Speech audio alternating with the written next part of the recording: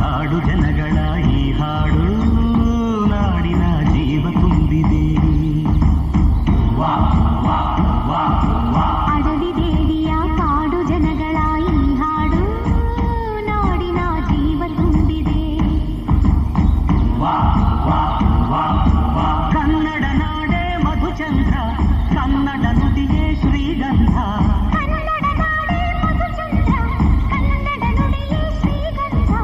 ಉಸಿರು ನೀಡಿದೆ, ಮಧುರವಾಗಿದೆ.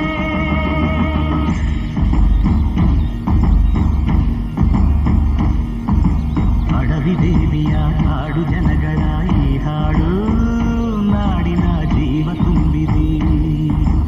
ಅಡವಿ ದೇವಿಯ ಕಾಡು ಜನಗಳ ಈ ಹಾಡು ನಾಡಿನ ಜೀವ ತುಂಬಿದೆ.